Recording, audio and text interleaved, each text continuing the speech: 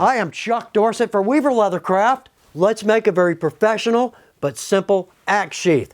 Now, if you're new to leather or new to blades in particular, these can be a little intimidating.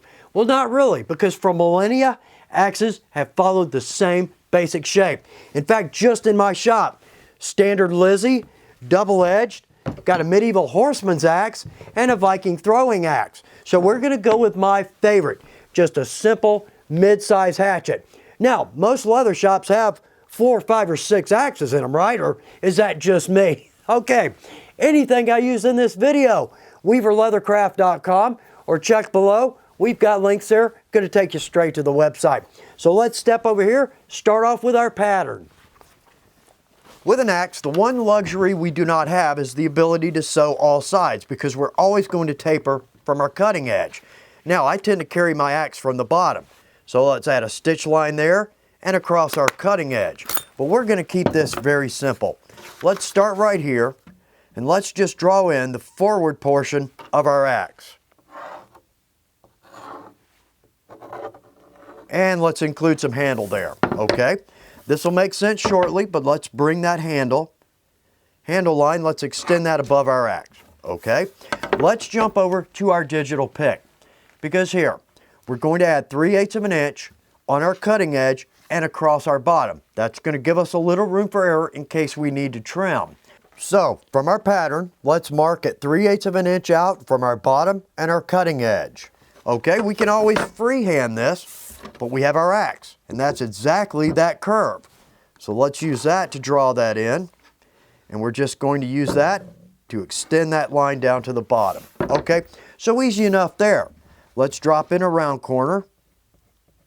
There we go. Freehand that. That's going to match. Okay, on our back side, I'm going to need a little bit of a split here. We can make multiple measurements here, but really, for the most part, I'm just going to come in roughly about 1/2 inch from the end of my curve. Okay, so that's going to be the end of our welt. Now, to continue that, so we don't just abruptly end, let's take this line, make an easy curve into the back, into the line that intersects with our handle, okay? Across our top, we can always add a bow, but again, we're gonna make this very easy. So let's just drop a straight line right across the top, okay? For our flap, let's jump back over to our pick. So we're gonna come up 2.5 inches. We're gonna add our snap, 1/2 down, 1/2 in on either side, and we're going to add a round corner. Let's come out 3/4 of an inch from the inside of our handle and 3/4 of an inch from the inside of our cutting edge. Now let's square that across that straight line, come out 2.5 inches. Do the same on the other side. Okay, so there's our flap. Now, we want a round corner here. We can cut a square corner, and it's actually going to be much easier. But the risk of that tearing really increases. So let's come in with a round corner. We'll actually use a tool here, but we can cut this by hand pretty easily. Okay, let's add our round corners up here. And last, let's come down for our snaps, 1/2 of an inch, square across, and then let's come in 1/2 of an inch either side. There we go. Okay, so there's our snaps. Round corners in. Looks good. Let's cut this out.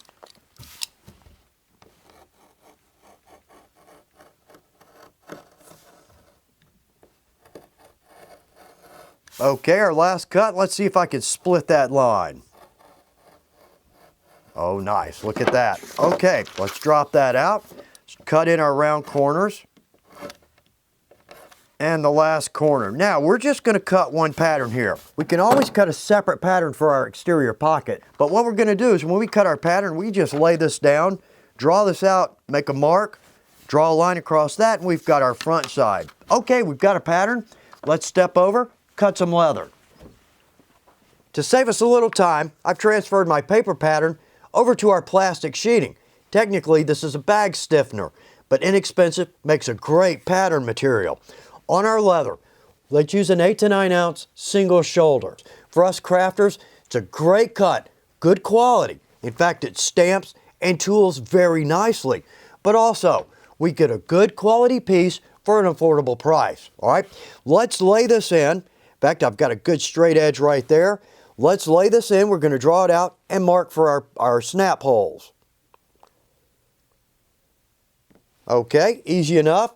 Mark and a mark. Now, for our forward piece or our front piece, what we need to do is flip this. So let's drop that in. What I'm going to do is draw this out, just make a small mark here and here, use my straight edge to draw straight across. All right, there we go. That looks good. Let's scoot this down, get a little more in our shot. So let's take our straight edge and cut these pieces out.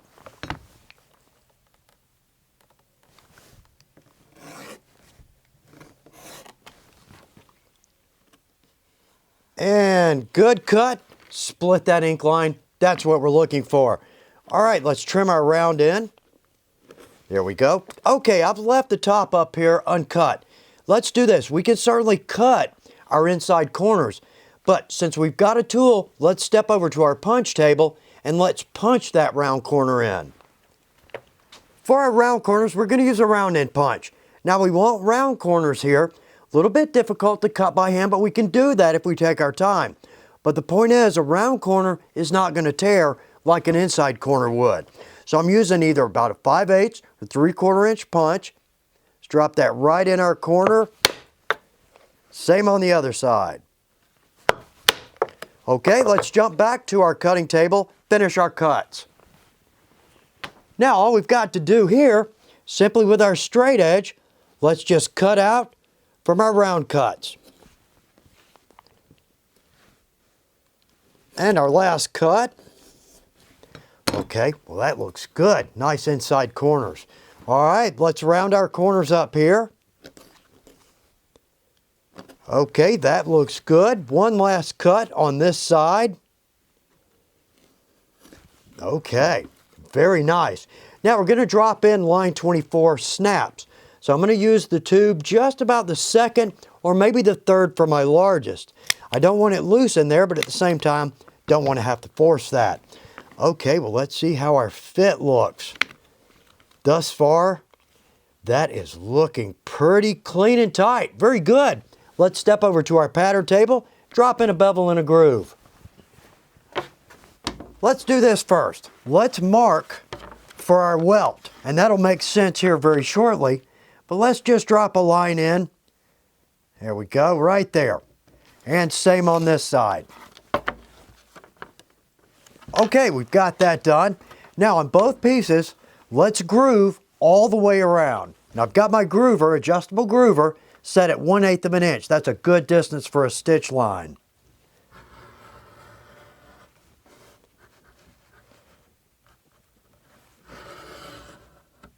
Okay, got a good groove line.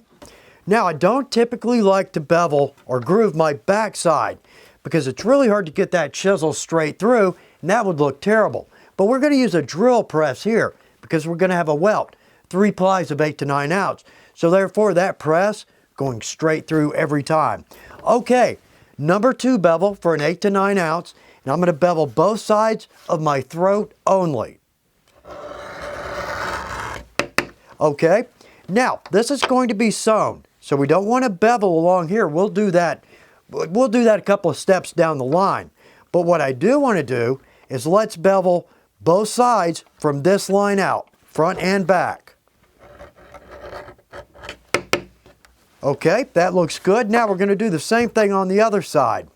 Let's bevel on our back side from this point around right to this corner. Okay, and on the front side, from this mark, the end of our welt, we're going to bevel from here, same thing, around this outside edge to this corner. The point there is that we'll bevel once we get our welt in. From there around, we'll bevel and slick that. But for now, we just want to do the single ply. Okay, there we go. So those are ready. Let's step over to our main table. Let's cut our welt.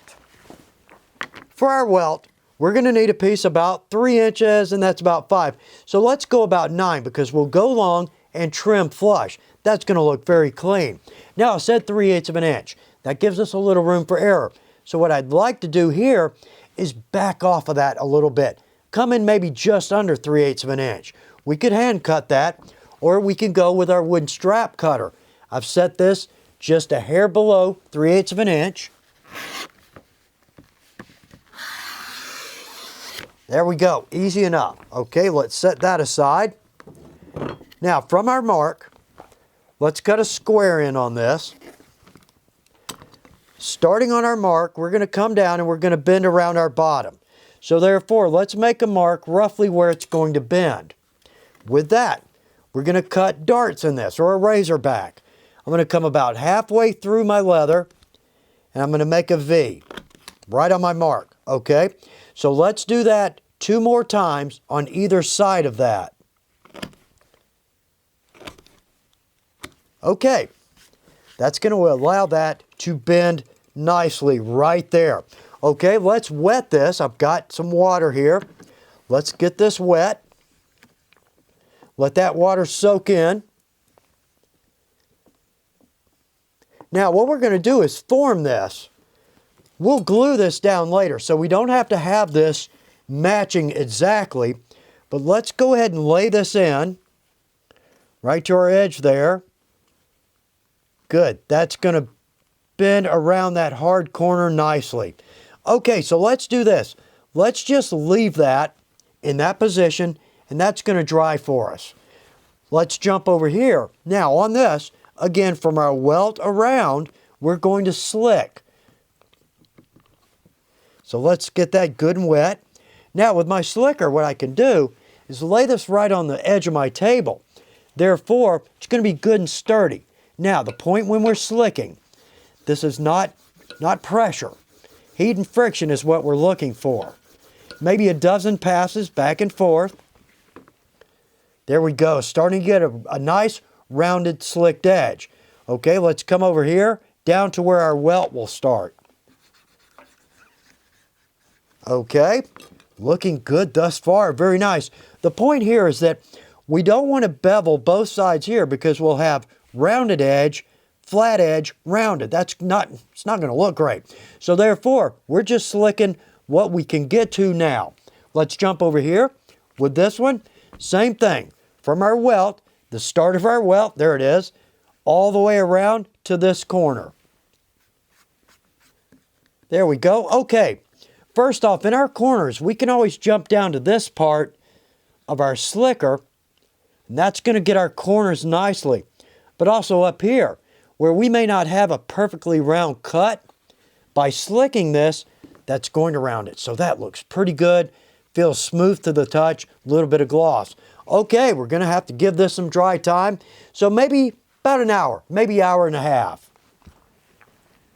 Okay, got some good dry time, overnight in fact. Looks good, feels good. So let's start right here. We're going to go flesh to flesh, or skive to skive, because that's going to be a really good bond. Then we simply lay this piece in. With that, let's start right here. I'm going to make a mark. There we go. Okay, so that's the end of our glue. Let's take our contact cement. Now, we're going to use contact cement because we're going to drill our holes. Then we're going to dye, then sew. So therefore, we need a glue that's going to hold together through our dye. So let's come in just about 1/4 of an inch, maybe a hair more. And there we go. Okay. And I can brush off my edge here. That keeps me from getting glue on my work surface, which if we got that on the face of our project, would be a mess. All right, so let's see a little stringy here. There we go. Let's add glue on our welt. But that looks good. Okay, let's give that about 5 minutes. Let that glue set. Okay, little dry time. Now, we've got 3/8 here. So again, we have room for error in a couple of places. So I'm going to drop this in. Let's start right at our welt line. Here we go. And let's drop that in. Try to get that as close to that corner. Now, with that, we've got a little bit of extra here. So therefore, if I need to trim, I certainly can. Okay, that looks good. Very nice. Got a good meat all the way around. Okay, let's do this. Let's drop in our glue here. Same on this piece. We'll drop the two together. Okay, time to set with contact cement. Looks dry, feels dry, but it's good and tacky. All right, let's lay in this piece.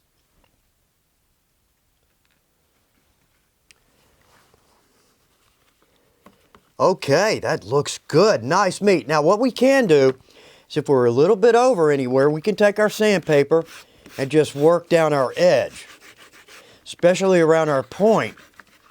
There we go. That looks very good. Couldn't be happier with that. We took our time with our pattern and it's paying off. Now, I should have trimmed this off when I had only one ply. That's okay. Let's drop a piece of scrap under that. Let's just trim that off. There we go. Okay, we're going to take a spacer wheel. Now these are a little tough to deal with. This is 5 stitches per inch, comparable to our chisel. But what I want to do is I need to mark right in my corner, and over here, let's drop that in right inside the beginning of our welt. So with this, what I can do, let's use a piece of scrap. So I can run this down my groove line. There we go. So that's going to show me where I need to drill. But what I'm going to do is come down to my corner because it's tough to go around a tight corner. Going to come down to my corner, and then we'll drop in a single mark there.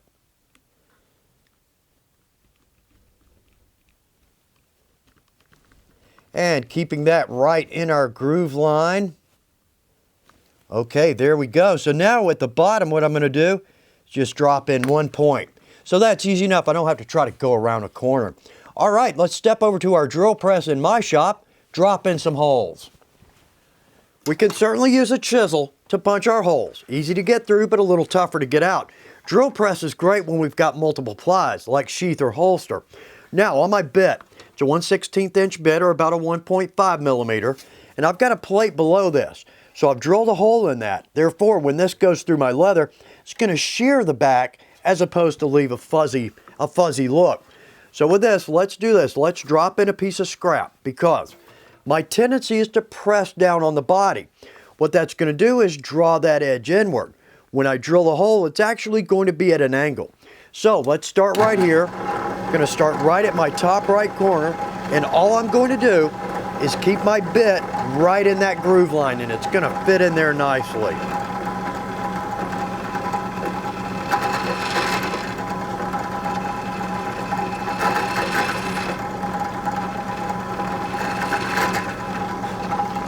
Okay, 3 holes. Looks good on the back, good on the front. So I'm going to work my way all the way around.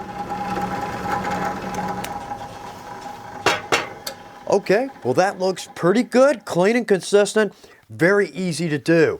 All right, let's step back over to our shop. Let's drop in our bevel and slick our edge for the final time.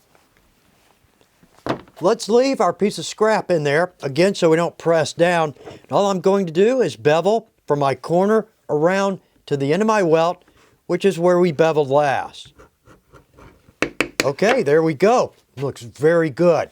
Now, we can always slick with our burnisher, lay this on my edge, and work this around.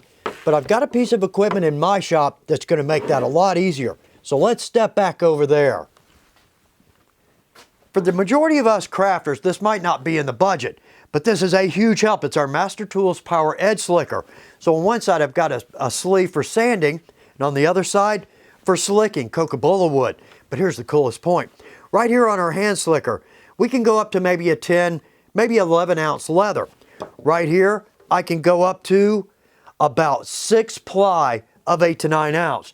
This really makes the whole thing easier. Now, if I'm sanding, I need to go easy because this is really going to take a lot of leather off. Okay, now let's jump over here. Right here, that's almost perfect for 3 8 to 9s. So let's run this across.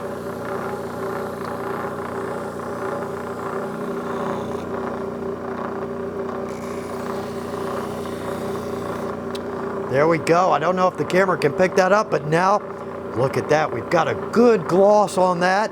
Very cool. All right, I'm going to let this dry. We're going to set up to dye. Dyeing leather does not have to be messy or time-consuming or expensive. So what I've got is just a bin, Poured my die in my bin. We're going to dip die. But right here, I've got a plastic bag, protect my work surface, and then just a cheap piece of, say, packing paper, something that can absorb our die. So let's drop our project in. There we go. Let's get that fully covered. Nice. This is going to cover every edge, hole, chisel. And let's take this. Let's just dry that off a little bit all the way around. Get that excess dye off. Well, that's going to look good. Okay, so we need to give this probably about 3 hours on our average day. So let's give that some time. Then we'll come back, drop in a top coat, our snaps, do a little sewing, and we are done. Okay, cleaned up and dried out. Well, that looks fantastic. Now for our top coat. I love the leather balm, but it's going to darken a little bit. And I want this to match as closely as possible the handle on our hatchet. So therefore, we're going to go with Saddle Lac. It's my absolute favorite. Easy on, quick drying. But this is not a sealant. This is simply a top coat. But it's going to give us a nice gloss. Now, 3 big points to this. First off, ventilation. I've got a good cross breeze in my shop, so no issue there. Secondly, though, I want to use this at or a little bit above room temperature. Cannot spray this on cold. Third, we want to go just as light as we can, but this is not going to change the color. So let's start on this side. I'm going to drop in a piece of paper there just to keep our flap from being a little bit discolored. And again, like I say, let's just go super easy with this. There we go. Okay, let's let that dry for about maybe 2-3 minutes. Okay, literally about 2 minutes and that's dry. In fact, here's a good example. This is our black with the Saddle Lac top coat on it. It's a nice gloss. Okay, let's jump over, do the same thing to the back.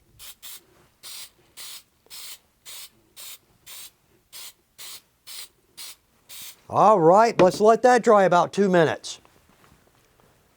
Okay, how's that look? Very good. Our edges, we got a nice gloss on that, and our color, clean and consistent. Okay, happy with this thus far. I'm going to reset up here. Let's put in a pretty white stitch line. If you're new to hand sewing, we've got a great video. It's got all the ins and outs. We're just going to do a simple Sadler stitch. Now, a couple of points are different here. First off, I tend to go about 4, maybe 3 times my length. Problem is, we're actually going 3 times the width of a stitch. So therefore, I'm going to go about 6 times my length. But the second part to that is as we move through this, I'm going to pick up some dye on my thread. Well, if I have a long leader on that, it's not going to be an issue. I'll trim that off. We've got a 1.5 millimeter hole there, right about, again, right about. So therefore, I'm going to use the number 18 John James, and I'm going to use a number 8 or a 0.8 millimeter Ritza thread. I love this thread, multiple sizes, some beautiful colors. Now, with our Sadler stitch, what I want to do is I'm going to do a double loop right here because that's going to be a stress point. On this side, not so much. So we'll hide our knot there. So what I want to do is come into my second hole.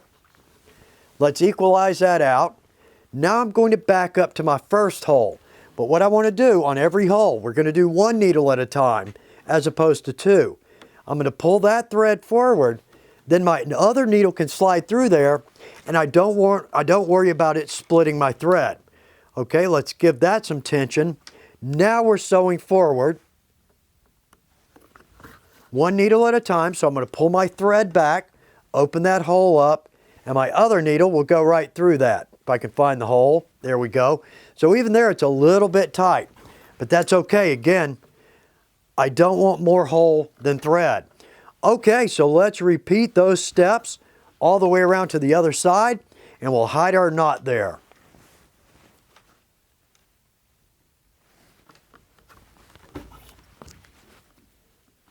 And we're coming down to our last hole. All right, let's give that some tension. Well, that looks pretty good. Nice stitch line, looks just like a machine. Here's the coolest point, $3,000 this side of a machine. All right, so for our last hole, we're going to see if we can pull this off. Because what we're going to try to do, typically, if we have 2-ply, we just come through our front, come through our back, and we hide our knot in there. Now we've got 3 plies. So I'm going to try to get through my top 2 plies with one needle and my back ply with one needle. So let's see how this works. Okay, I'm going to separate that just a hair right there. Okay, let's see if we can get that one easy enough. That one went through. Let's pull that taut. You know what? I sure could have gone with just a little more thread, but that's going to be just right. Okay, let's try this from this side. And there we go. Not too bad. Okay, so lengthwise, let's pull that good and tight. There we go. Get both stitches down. Now, let's do this. I'm going to tie a square knot, but I'm going to try to pull that inside. So therefore, when we clip that, it's hidden.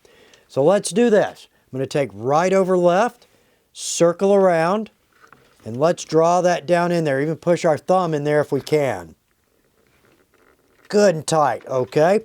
Left over right, circle around, and let's do that again. Okay, there we go. Now, with our thread, I'm not gonna try to cut through. I'm going to lift the thread across my blade. There we go. Okay. Well, I tell you what, that looks fantastic thus far. Front and back looks good. Let's step over to our quartz. We're going to drop in our snaps. We're going to hammer down our stitch line, and we are done with this beautiful project. First step here, let's hammer down our stitch line. Or a better description would be maybe to tamp down our stitch line. Okay, that looks good. So what we've done, we've closed our holes. We've sunken our thread down in our chisel line or our groove line. And also we've spread that thread out a little bit. Really pretty clean white color. Okay, let's do this. First try, let's drop our axe in our sheath. See how our fit is. Well, that looks pretty good. Okay, let's squeeze that in there. There we go. Let's bend this over. And what we're going to do now is simply mark where our snap holes are going to be. Okay, we've got that. Oh, it's a good fit. Good, brand new too. All right, let's sink our holes in. Okay, now for our back piece, we've got 4 pieces to our snap. Really all we're doing is riveting on the 2 female pieces because those are the 2 that will bite. So right here on my backing, I've got my open or naked back. Let's drop that under. I'm going to hold that with my finger. Now with our anvil, I'm going to slide that flat side up under there. So now I can set that on a good flat surface. Now I'm going to take the piece with the flange on the inner side. And again, if we get these reversed, no big issue. Let's drop our post in there, or setter. Give that 2 good shots. Okay. Notice how that post rolled down in there. That's exactly what we're looking for. All right, going to do the same thing for the other side. Okay, those are set well. Now for our caps, let's come in on this side. I'm going to bring that through from my front. I'm going to take a little piece of leather so I don't ding my quartz. Drop my anvil face side up. Now let's drop in this piece, set it the same way.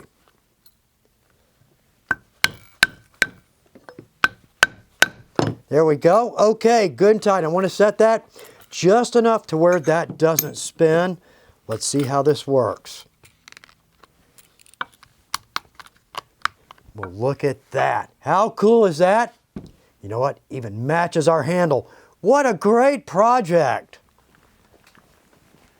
Custom cut, custom fit, professional and finished. A great but simple project that is very useful. I hope every axe sheath you make fits well, looks good, and I hope you have a great time making it. Good luck with your projects.